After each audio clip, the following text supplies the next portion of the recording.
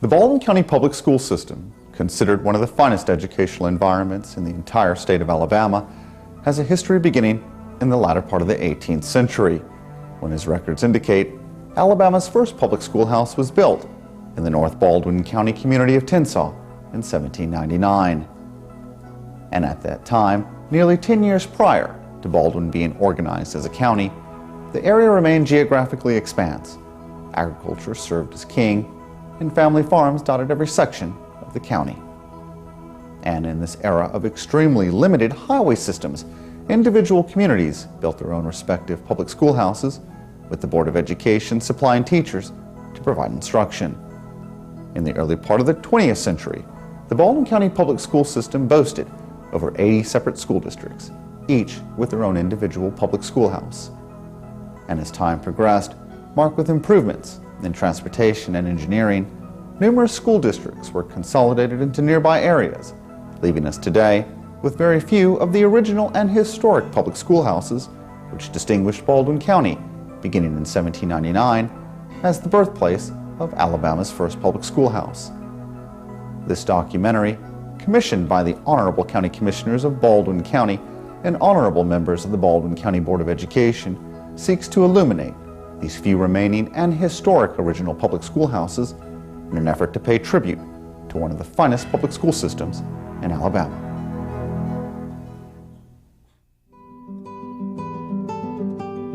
Nestled among the majestic live oak trees in the northern unincorporated community of Point Clear and directly south of the city of Fairhope, the Anna T. Jeans School on Twin Beech Road was an impressive former educational institution established for minority children in the early to mid-20th century. The community school provided a place for young students to learn and accomplish the academic staples of reading and writing in this expanse area of Baldwin County. Initially established with the benevolent financial assistance provided by Anna T. Jeans, a wealthy Quaker from Philadelphia who set aside $1 million to establish a fund to maintain and assist rural schools in the Southern American states, the site continues to provide educational enlightenment today as the Baldwin County Alternative School. Today, this historic educational site serves as an active educational institution in Baldwin County, one which would not have been possible without the benevolent gift from Anna T. Jeans, whose selfless financial conveyance, in a time much changed from today, secured this beautiful property for the continued pursuit of educational enlightenment for all Baldwin County's children. The Anna T. Jeans schools began at the turn of the 20th century when Anna T. Jeans, a Quaker from Philadelphia, gave $1 million to fund and provide an educational program to black students in the rural areas of the South. The foundation she helped to begin was set up as the Negro Rural School Fund, which lasted until 1936. The monies in the fund were invested in secure government bonds. Unfortunately, it was the Great Depression. It was a time of very fiscal shortfall. And so when interest rates fell in the 1930s, rural schools had to depend on other foundations, both federal and private, to supplement their income. Early conditions for blacks in their schools were deplorable. Schools were in poor physical condition, if they existed at all. Black teachers were paid less than whites, and they had little education and had very little opportunity for education. Thus, Jeans supervisors came onto the scene to assist them. Jeans supervisors were primarily black. The teachers in black schools were primarily black women. And the reason being that white communities felt less threatened by female black teachers. They were able to reach a community that male blacks probably wouldn't have been allowed to reach. Initially, Jeans teachers had to teach in one-room schoolhouses, or they held classes in churches. School only lasted around 7 months a year due to the help needed during harvest in the fall and planting in the spring. And the focus early on was on vocational education and improving the school facilities. Later, Jeans programs expanded and taught a more liberal arts program to produce a more well-rounded student. Jeans supervisors and teachers had to assume multiple duties to ensure student education and to raise funds to maintain the school. They enacted on programs that actually funded the school buildings themselves. By 1914, there were somewhere around 120 genes teachers throughout the South. That number had risen to 510 by 1952.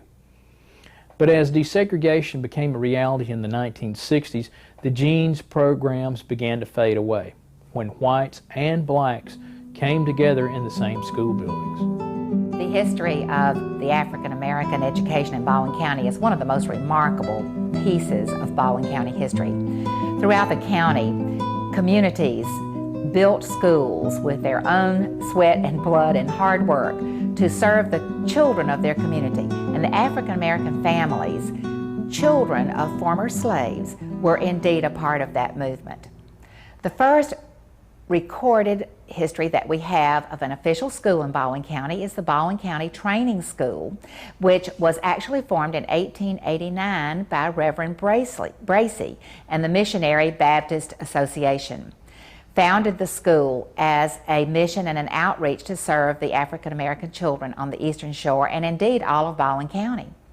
And until 1950, it was a boarding school, and students from all over Baldwin County were bused there and lived in dorms there on campus. One of the feeder schools for Baldwin County Training School was the Anna T. Jean School in Fairhope, which is in the Twin Beech community. Anna T. Jeans was a philanthropist from Philadelphia who started a fund to build schools for southern rural black communities. And Baldwin County, under the leadership of Miss Elmore, who was the Jeans teacher for Baldwin County, 14 schools were built. Now, Ms. Elmore, who was the Jeans teacher paid for from the Jeans Fund, was one of the most beloved figures in Baldwin County history. And she would visit all 14 of the sites that were Rosenwald funded sites to encourage the teachers and to help lead the teachers in their curriculum. The Anna T. Jean School, built on Twin Beech Road in the south part of Fairhope, was built to serve the students of that area.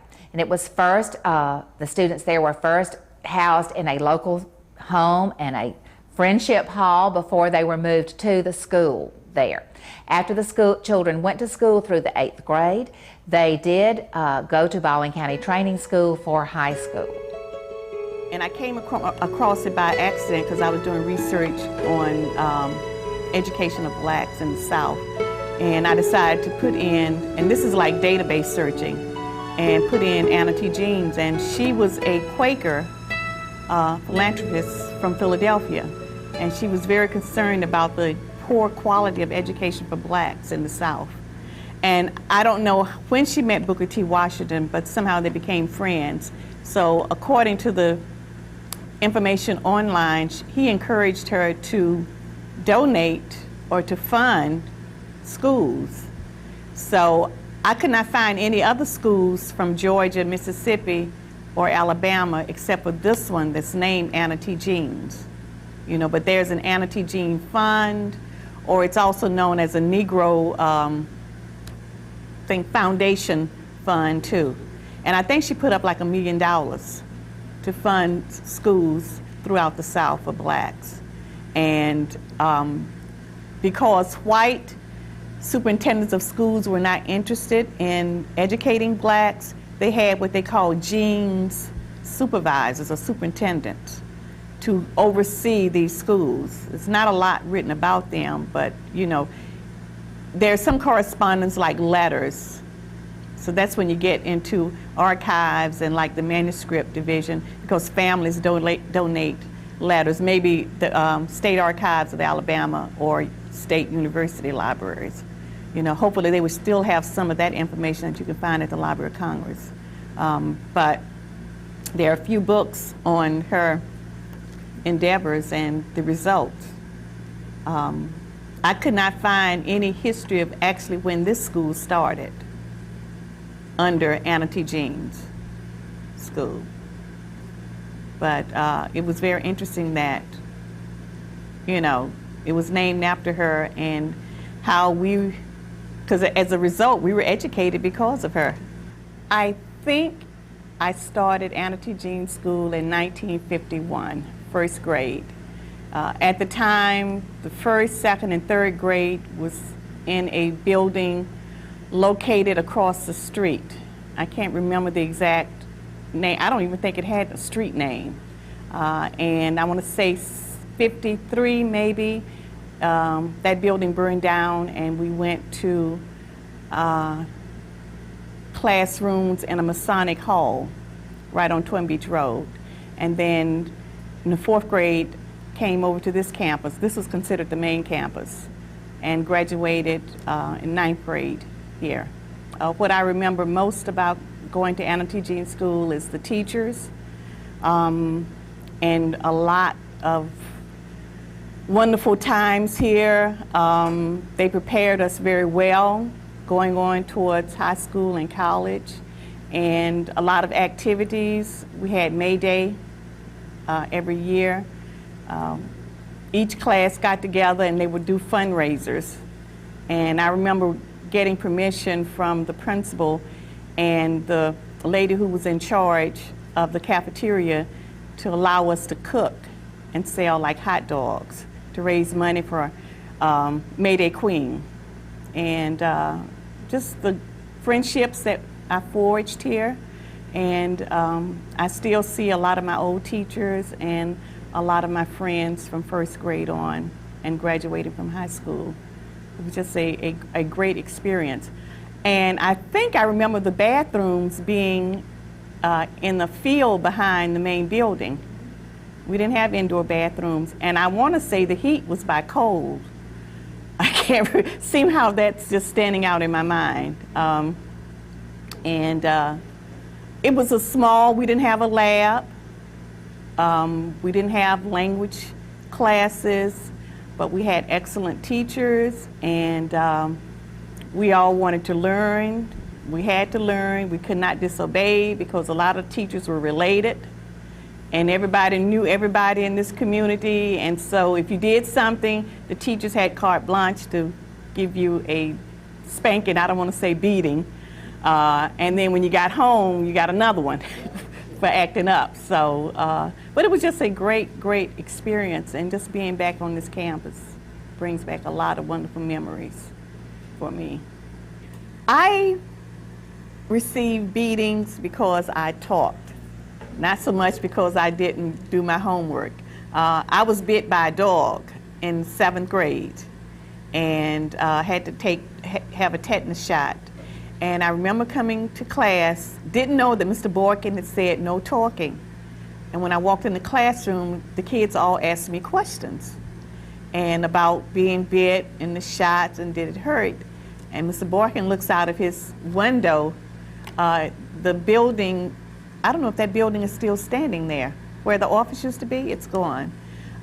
It was 2 rooms, separate building where housed the office and our library.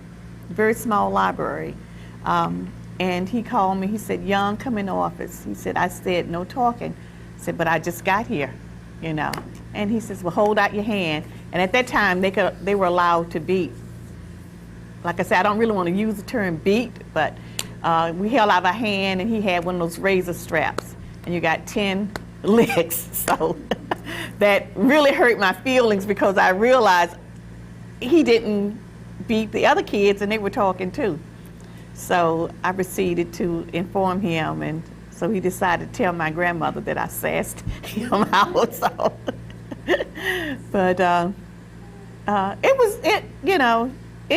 mean, I just love the teachers. Because being from Anna T. Jean, to me, not only about the camaraderie and the friendship you build with the students, but to me, and I always share wherever I go, is the teachers that I had here at Anna T. Jean School.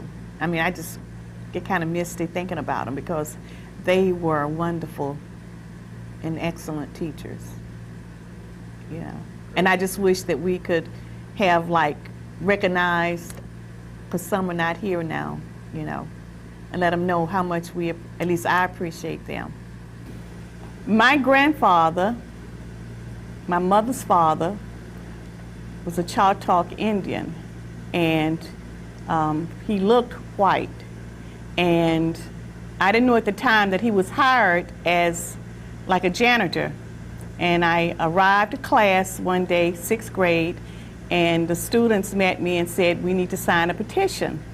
Mr. Borkin has hired a white man to be the janitor, and we think he should have hired a black man. And so I'm all for this, so I'm rushing out, you know, let's get the petition signed and sign our names, and ran smack into my grandfather.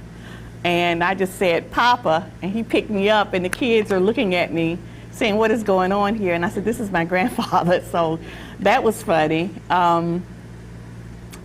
One day I decided in the 3rd grade, and never do something like that when the teacher is your cousin and it's good friends with your grandmother. I decided I was not going to pay for lunch. I think milk was like a nickel and lunch was 25 cents.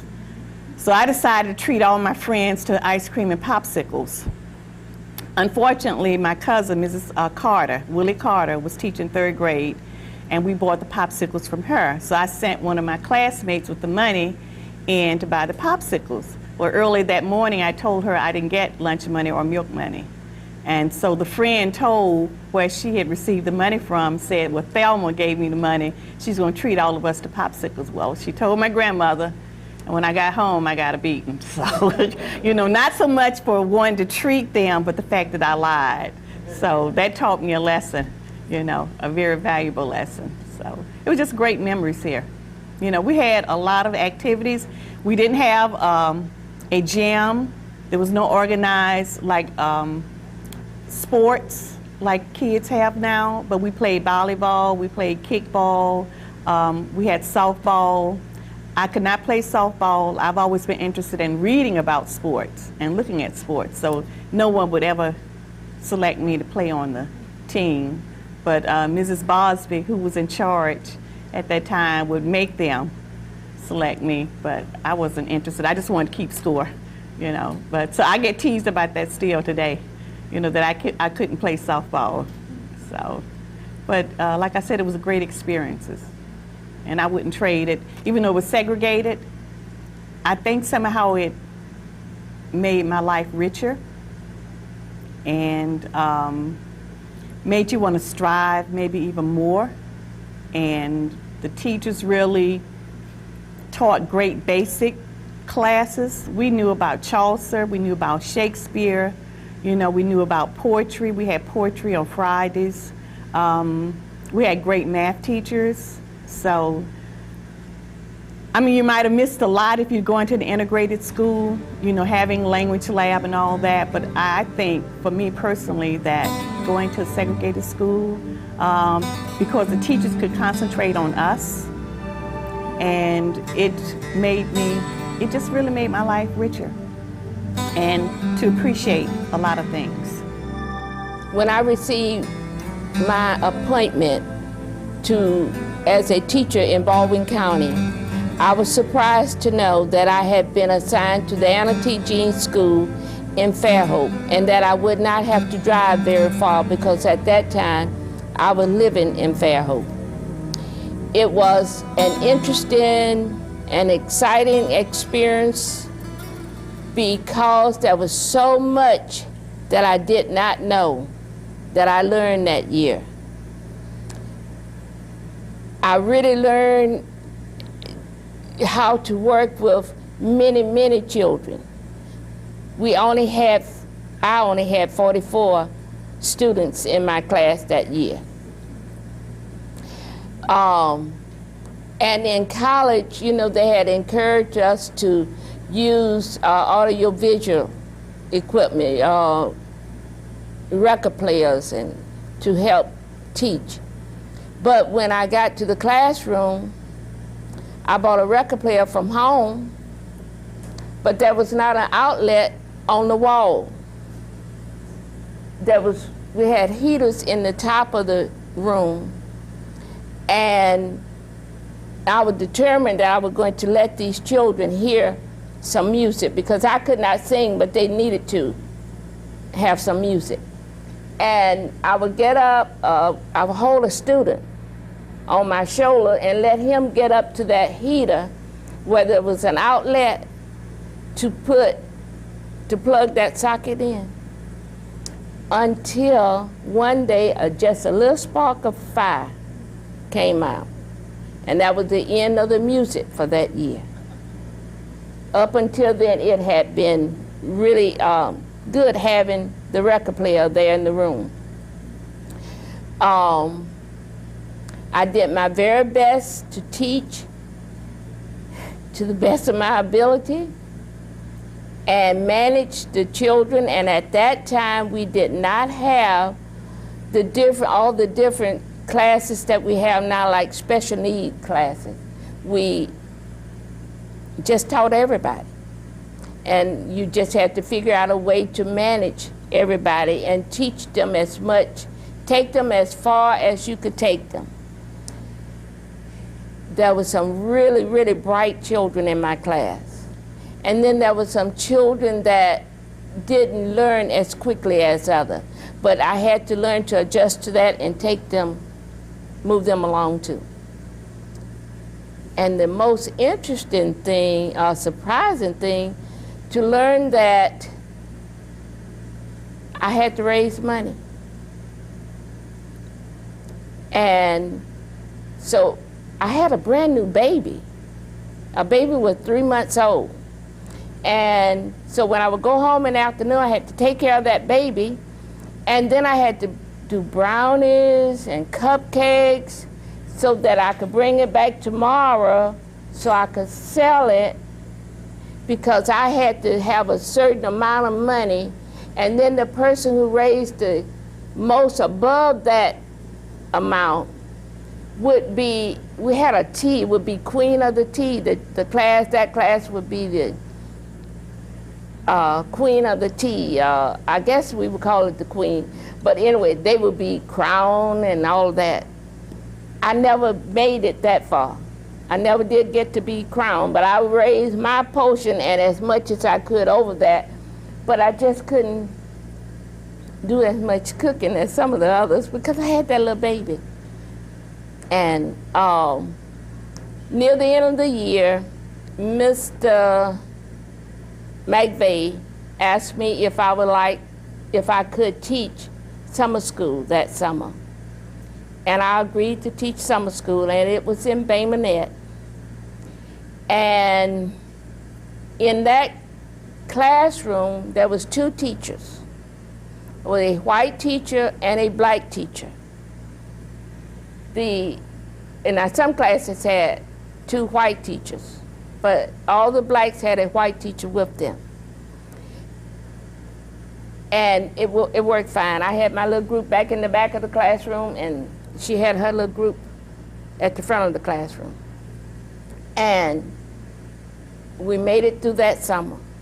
And evidently, I did okay, because when I got my appointment for the next year, I had been moved uptown to the Fairhope Elementary School, where we were beginning integration. And the children, the black children, could attend that school if they wanted to. So a few black children went uptown to that school, but most of them stayed here at Anna T. Jean because, as the young lady said before, they really loved it. And that was really a part of them. But a few of them wanted to test the water and come up there with us. I went up, and that was in 1969, 70. That was that school year that I went up to the Fairhope Elementary School.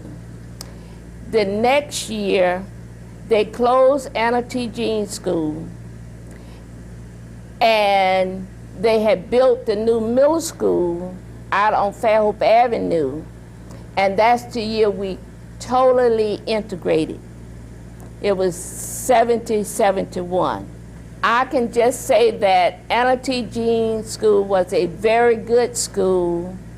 The teachers put forth their very best efforts, but the equipment and material just was not available to Anna T. Jean School as I found available to Fairhope Elementary School when I went there the next year. I attended the Anna T. Jean School, which was first what you call the primer school at the Williams Working Hall. And down the hill,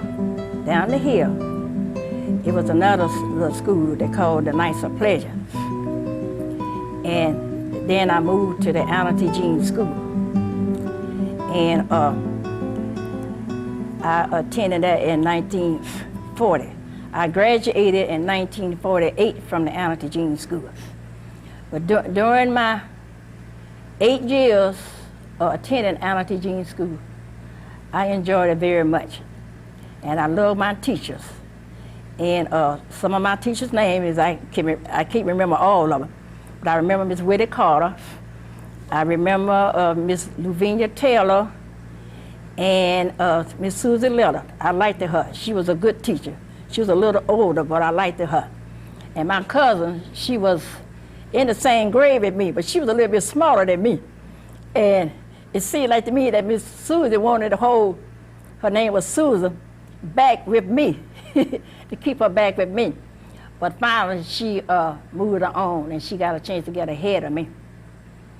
And during my school year, I can remember that if you wanted to, you could work in the kitchen and have free lunch.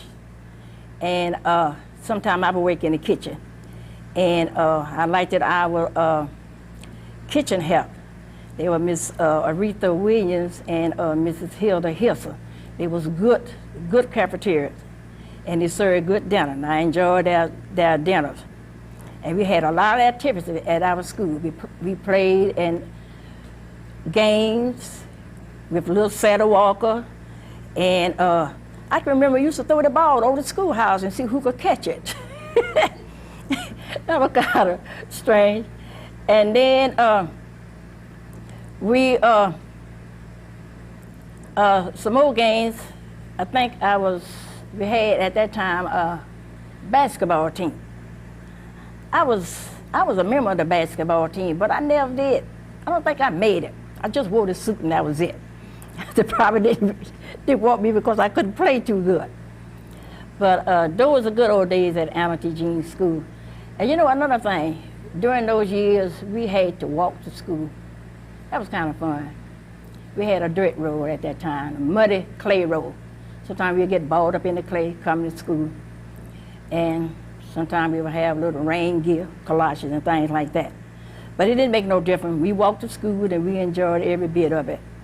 And I would take nothing for the old Anna T. Jean School because that is where I got my start and my beginning. And I shall always remember it and keep it in heart. In my classroom, that was me and my friend Helen. And we used to talk a lot. And I used to talk fast and she did too. And I think Miss Taylor, Lavinia Taylor, gave me the name of a Polly. She said, y'all need to shut up all that talking. You sound like a little Polly. And instead of them giving my friend the nickname Polly, they named me Polly. And some of them still now call me Polly. And that was funny. And I didn't like that too good. That was kind of funny. When I graduated from the 8th grade, we had a ceremony. We surely did. I forgot that. And that's one of the most important things. I had my cap and my gown. As a matter of fact, I have my picture of when I graduated from the 8th grade. And we also had invitation too. We went to the church and for commencement, and then we went to, was at the school. And that was in 48. And I remember on my diploma, I think I was served as the secretary. I think Herbert Mitchell was the president. And those are one of the things that I'm proud of. I still sometimes look at my picture that's hanging in my den of when I graduated from the 8th grade at Anna T. Jean School. I remember Anna T. Jean as a neighborhood school, and when the phrase "it takes a village" comes into play, because anything that occurred at school, by the time you got home, your parents knew about it, and the neighbors on the way. So my first experience was in the 1st grade, and we were located in a separate area than the main campus here. And the teachers would have to come over here for conferences, and they would leave an upperclassman to supervise us. And if we talked, they were supposed to take our names and give it to the teachers when they came back. And I was always an introvert, never really said anything, so if the teacher said, don't talk, I didn't talk. And the upperclassman took my name. So that means that when the teacher got back, you would get 1 or 2 pops in your hand, we would call it. And I refused to let her pop me because I didn't talk. So my aunt was the head of the cafeteria, Mrs. Hilda Hilson at that particular time. So she told her that I was being naughty. And of course, my parents knew about it when I got home. So I explained the situation to them, and I told them that I refused to talk and I refused to get a spanking for something that I did not do. So at the time I realized, well, later on in the years, I realized that that was my first time of being a protester and a radical.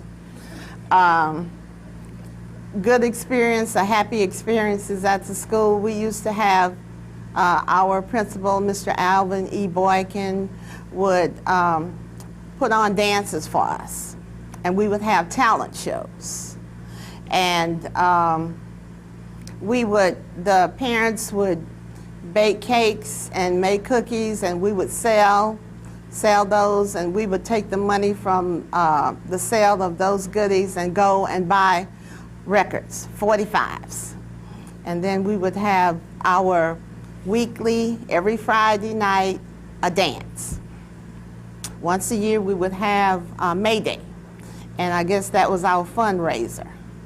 And the kids, the younger kids would wrap the maypoles, and you would have the May Day king and queen, and you'd have all kinds of activities. We'd have track meets, you'd have basketball, you would have tug of wars, everything, anything that bobbing for apples, anything, any type of fun. The most sad experience I had was when I was in the 4th grade, and it was at the beginning of the school year. And we got books, and you would pass out a book, and I guess you would keep it for the school year, and then you would turn it back in at the end of the school year. And then it was that year when I realized there was writing in the book. So I went up to my teacher and I asked her, I said, why is there writing in the book? It's supposed to be a new book. And she said, no, these are books, and we call it hand-me-downs.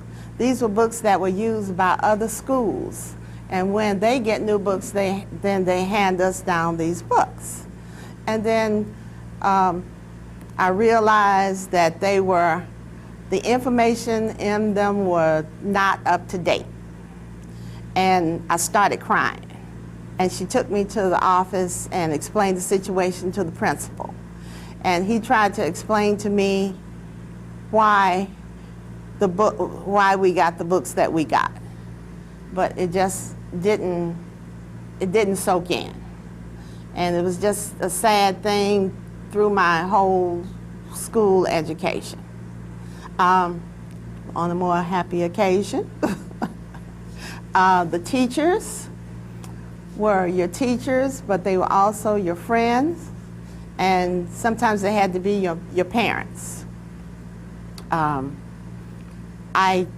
We used to have a little nursery school across the street, and one of my favorite teachers, if you could say that, was a Mrs. Irene Washington, and she was a 5th grade teacher, and she had a little boy who was nursery school age, and he was under the weather.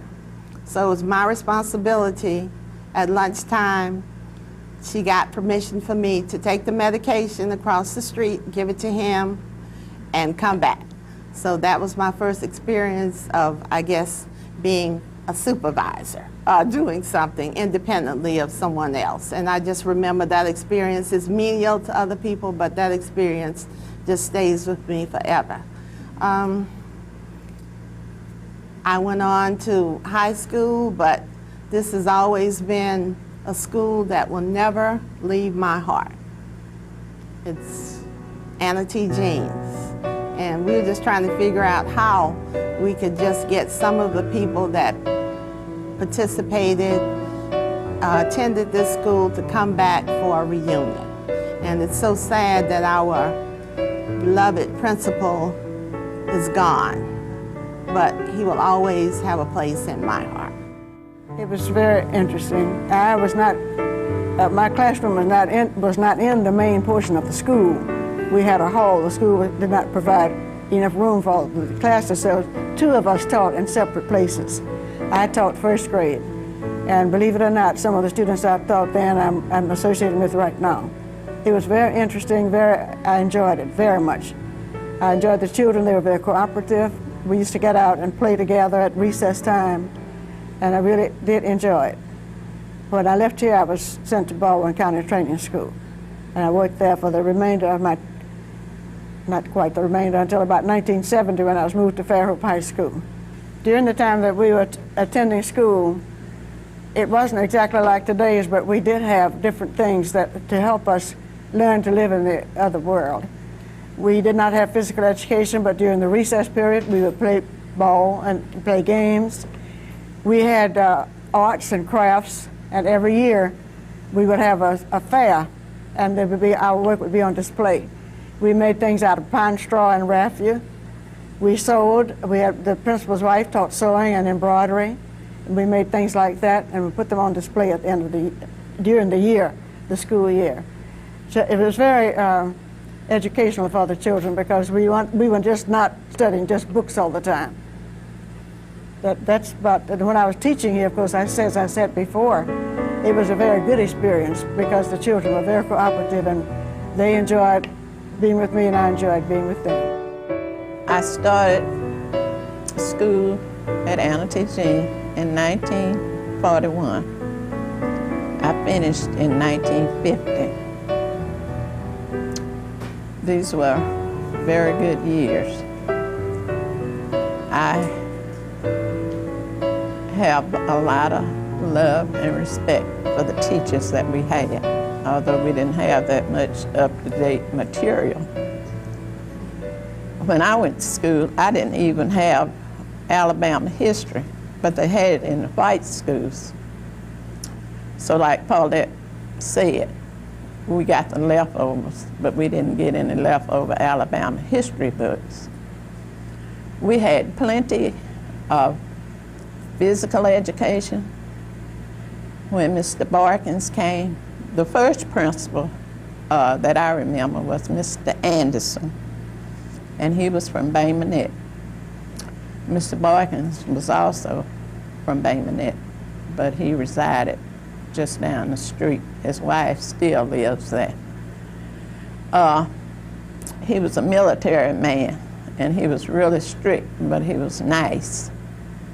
And he made sure we had all the activities, physically as well as our mental aspects of education. I played basketball for quite a few years, and I was a fat kid. So when they ordered the uniforms, they didn't have one to fit me. So he sewed and made my uniform. It was green satin. And I think I might have a picture somewhere of that. Anyway, I just remember that, and everybody just loved him to death. His birthday was like the 14th of February, Valentine's Day, and we always tried to do something real special for him. Mrs. Boykin, who still resides just down the street,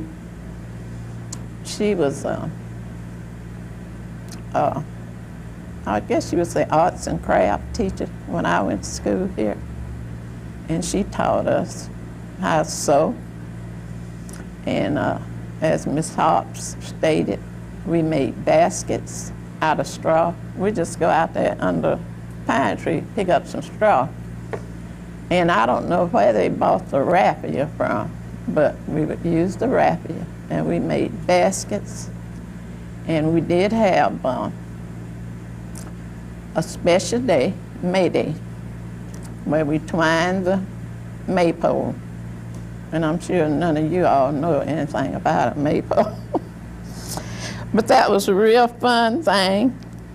Each person would have a string, and you had to go in a certain order to plait that around that pole. And it was a beautiful sight when it was finished, if it was done right. My mother worked in the cafeteria system for the Baldwin County school system for 26 years. She started down at the Point Clear School, but she ended up here and retired from here. And everybody used to talk about her good meals, because she wasn't here when I went to school. She was at Point Clear. We had good home-cooked food, and my cafeteria manager was Mrs. Mabel Denton. We would have little salmon balls. Oh, that was the best thing going. And we would have yellow grits. You ever had yellow grits? It's so good. And tomato gravy and hot biscuits. That would be a lunch. And I guess it was so good, that's probably the only one that I can remember. We would have chicken, fish, you know, certain things at certain times, but that just stuck with me. And I've been trying to make those salmon balls ever since and can't seem to get them done. So I just have quite a few fond memories of Miss Susie Little. She taught me in 3rd grade, I believe. And she was a lady that, when she said hush, she meant it. She'd pick up a piece of wood and throw it across the classroom to get your attention. But she wouldn't hit you with it. And who else? Oh, Miss Vera Denton, who's passed on, was a good teacher.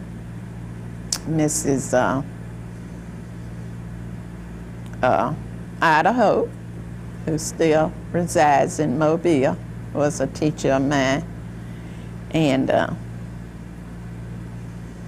the year that I finished the 8th grade here at the original building of the brick building, they added the 9th grade. So I was able to also attend the 9th grade here. And then when I finished the 9th grade, we went to Daphne 3 years for high school. I know I would always have my lesson, and the kids would say, "Did you get that assignment?" I said, I didn't get it. But I always had my lesson. But I wasn't going to let them copy off of me.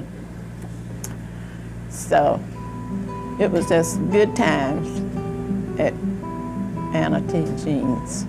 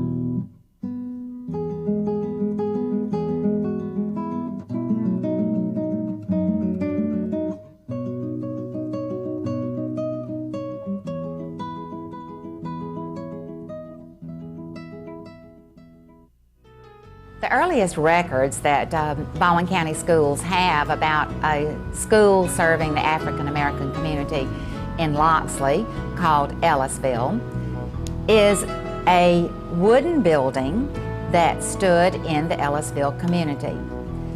Now, most likely, that school was one of the Julius T. Rosenwald schools that were built in Baldwin County. Julius T. Rosenwald was the president of Sears, and he began a national movement to build schools for children of former slaves in the South. And Baldwin County was home to 14 Rosenwald schools. Now, of those 14 schools built in the early part of the 20th century, the architecture was approved by Tuskegee Institute, and the funds came from the Rosenwald Fund. The Ellisville wooden building stood in the Ellisville community and served students there until it was used as a part of the new school that was built in the late 40s and early 50s.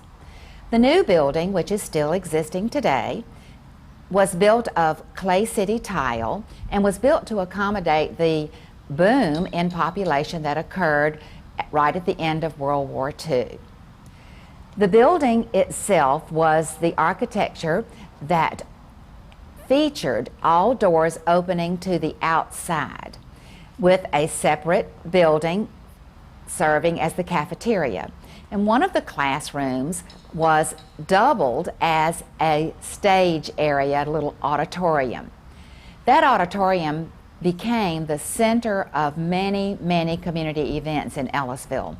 And alumni and residents of the community tell us about their memories of the box suppers there, the socials, the political gatherings that were held there, and most especially the silver teas that became the annual event of the Ellisville community. Many alumni also fondly remember the vegetable garden that was in the back of the school. And especially under the leadership of Principal John Hobbs, students and community members alike worked in that garden in order to put food in the cafeteria to serve the students there in the school. The community itself of Ellisville is a very settled, consistent community with outstanding family values, which put education at the top of the list.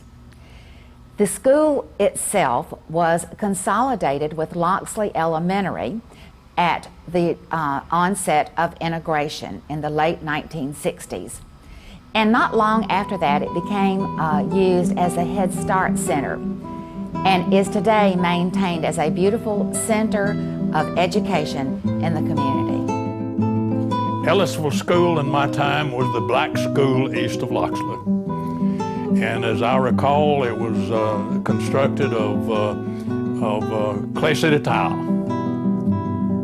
Rather nice little structure. Had one of its classrooms was was used as a cafeteria and served the community of Ellisville, which was an unincorporated, and I'm not sure that is an official name. But there was an Ellis family down there, and the community came to be called Ellisville, and the school was generally known as Ellisville.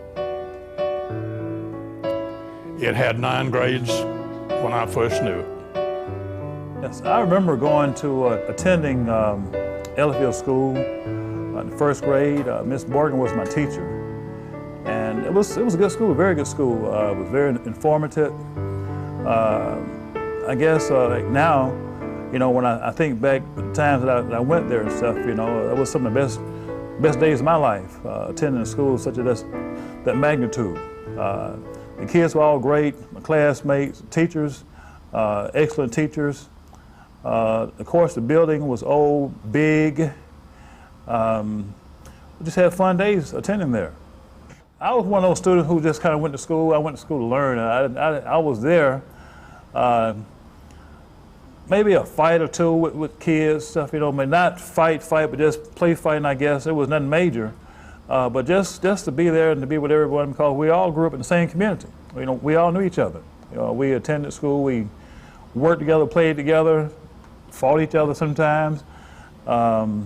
we just had some good days there. Well, my classroom, we were in a big wooden building.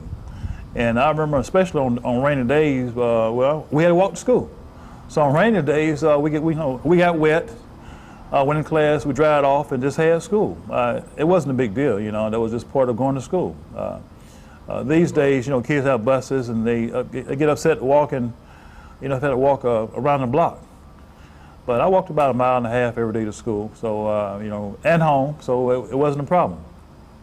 PE went out and played, of course, football. We had a lot of organized activities: football, played basketball. We didn't have soccer then, but we played basketball, football, those type things there. We go out somebody and shoot marbles. I remember shooting marbles in the sand.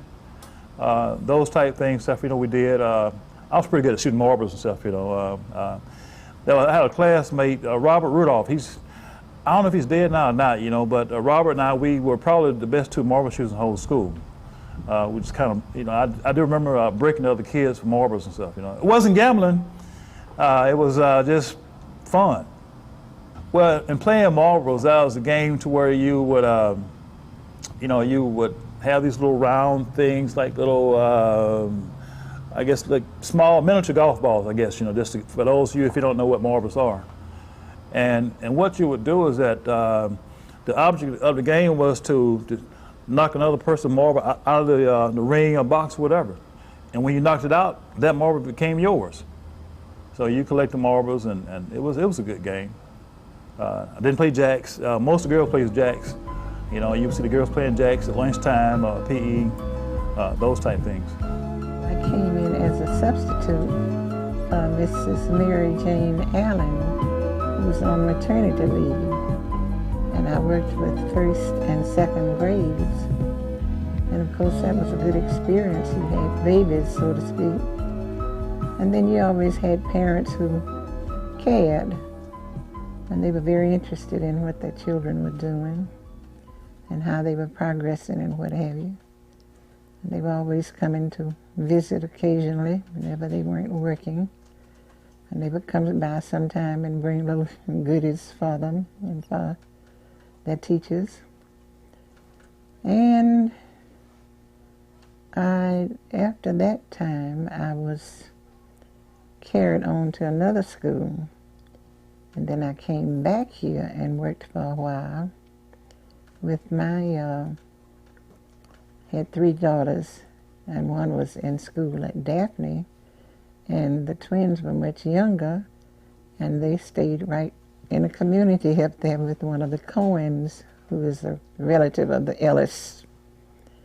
And they would be there with him until I got ready to go home in the afternoons. But then this was a community-oriented place, and the church and the school worked hand in hand trying to do things. They would have what they would call silver tea to raise funds to get supplies and things that they thought that we needed.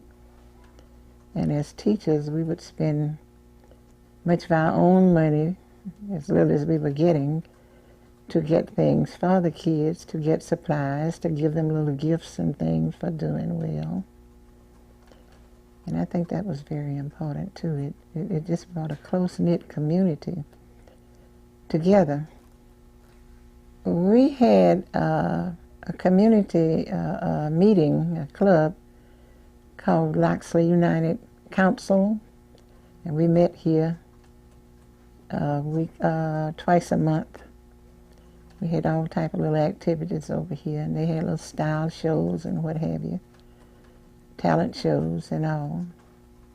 And they had, sometime they'd have what they call social things like box suppers, and they would come over some Saturdays and they would have an all-day field day or whatever, and they would sell stuff like fish sandwiches and plates of food and whatever. That was also something that was done in connection with the church that was right next door. The silver teas were usually done in connection with the church as well. You go into that main auditorium, and have one long table down the center. They put the tables together, and they would have these decorative cloths on them, and they would have chairs over near the wall, and they would have a small program or a short program welcoming people in, and people from everywhere would come. A lot of if it was a year for election, the politicians would be here and they would speak, they would leave their little donations and what have you. And different persons were called hostesses, and they would work to try to outdo the other one, raising finances.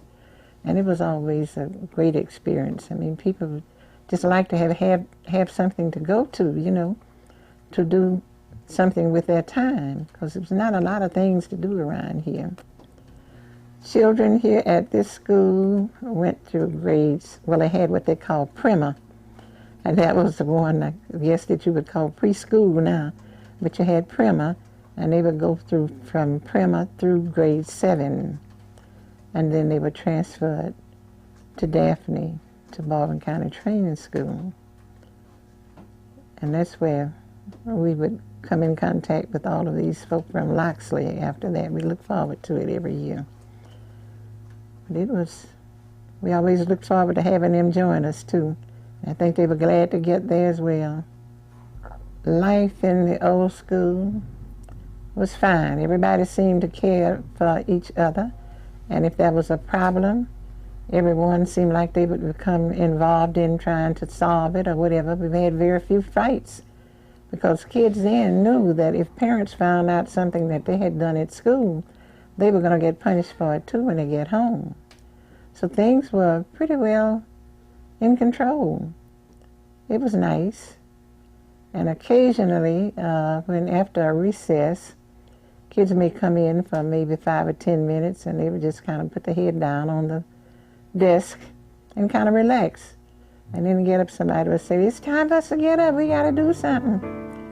So it was really a nice thing. It really was. John Hobbs was a most remarkable man. He left home with absolutely nothing and went to Tuskegee and vowed not to come home until he had an education. And that happened. He simply left home and never came back until he had an education. And he came back and he used it for the people in his community. John had a short life, and his life was cut short with a health problem. And we lost a valuable person to Baldwin County education when John died. One of the memories I have of John Hobbs is his preservation of excess vegetables that he gleaned from the nearby farms. He did it for his school, and he did it personally. He went into the fields and he pulled up the turnips, and he personally cut them up in little pieces and stuffed them in little big plastic bags and put them in deep freezers in his school cafeteria, and made a tremendous food contribution to the kids of his community. John Hobbs didn't have a lazy bone in his body. He worked when other people were sleeping. Oh, I remember an occasion when somebody kicked in a screen door one night, screen door to the cafeteria. He was inebriated, he was a member of the community, but worse than that, he was a school bus driver. And I felt under the circumstances that I had to fire him. And John Hobbs said, "Leave it to me, I'll take care of it." And he took care of it. The man was fired, and I didn't have to handle it. As a second grade teacher of the former Ellisville Elementary School. It was short and pleasant. I met a lot of the parents and of the students. The students were precious. They were sweet, they were loving, caring, and eager to learn. It was easy to work with them because they were willing to work in any capacity that came before them. As the second grade, I had to teach a lot, and they were happy to accept whatever I tried to do for them. Some of the children that I taught are presently serving in the Baldwin County school system now.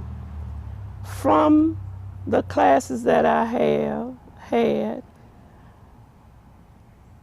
in the Ellisville school have gone on to be nurses. There are even some politicians, musicians. What else they did? Ministers. And practically every walk of life you can find a student from from Ellisville Elementary School. I went to the hospital 2 days ago, and I met a former student there whom I never would have known. She said, "I remember you." And I said, "Oh." And she told me her name, and I was glad to know that one of my students would be a nurse at the Thomas Hospital, even at today. The cafeteria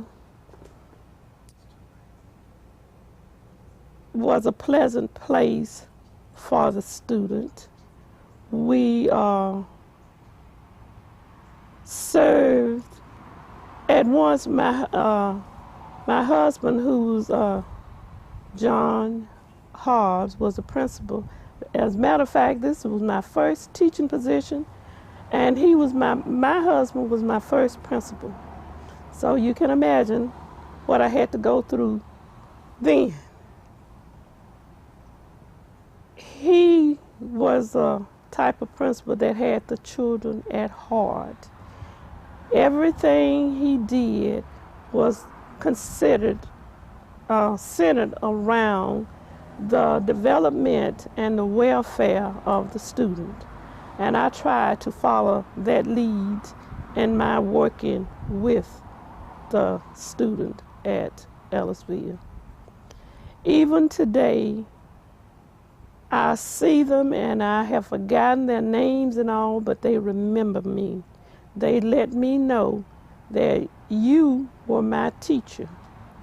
Then I have to ask them, "Oh, well, what is your name?" And after they tell me their name, most of the names I can relate to. But it was a pleasant stay there at Ellisville, even though it wasn't that long. But I do think I was able to help someone as I passed that way. The food were prepared in the lunchroom. The children had to leave their classroom, go outside to wash their hands, come back to the lunchroom window, receive their food, and take it back to their classroom to eat. But that was done for a short while. Then we had a cafeteria moved over across the street in a little white building. And that's where the children would go from the classroom across the street to the white building and sit in the cafeteria for lunch. Some of the food that was used in the cafeteria was from the garden that the principal and the student worked themselves. It was at that time 10 months of schooling, and they used the summertime to come out to the school. They had enough property to plant their own garden. So they planted peas, beans, greens, and potatoes. And when the gathering of the food, the children would come and help the principal gather the food. The potatoes were stored for later on in the season, but the beans and greens, the cafeteria manager would come out and gather, prepare the food, and the children got a chance to enjoy, we say, the fruits of their own labor. And they really enjoyed doing that, and they really enjoyed eating the food that they helped to grow and gather to be prepared for their lunch. And during that time, we had a nurse to come out, to call the school nurse, by the name of Miss Clark. And when the children would see Miss Clark enter the campus, they all wanted to give her a hug, and they called her the Lady in White. Anytime the Lady in White came on campus, everybody were happy to see her. She gave them toothpaste and toothbrushes, and they thought that was the best thing that had ever happened to them. Then there were some that after they did the screening, she took some to the dentist and some to the doctor for various reasons. And everybody then wanted to have a turn to go to the doctor with the Lady in White. And I thought that was very pleasant. It was a very pleasant experience for the children. My husband, as a person, was one of the best people that you could meet. He was gentle, he was loving, and he was kind and didn't meet strangers. He treated everybody the same. As a principal, he told me one day that everybody had to carry their load. And if I find any of you all standing out talking and not working with the children, you're going to have to answer to me. So if you don't want to answer to me, you better stay in your room and do what you're supposed to do. He worked very hard. He was a hard worker at everything he did. And he had a lot of experience with working. Well, matter of fact, that was his first position also. He was hired as a teacher principal, because he had to work with 6th grade students as well as the administrative part.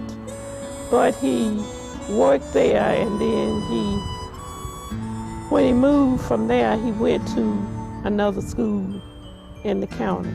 I think his work included about 6 different schools in the county before he passed at the Fairhope High School. But you couldn't find a better person to work with, and he was the kind that will help you in any way that he could. And he was a father. He's a loving father. When I look back at some of the things He didn't, everything he did, he tried to include his children. And he had 3 children, 2 girls and 1 boy.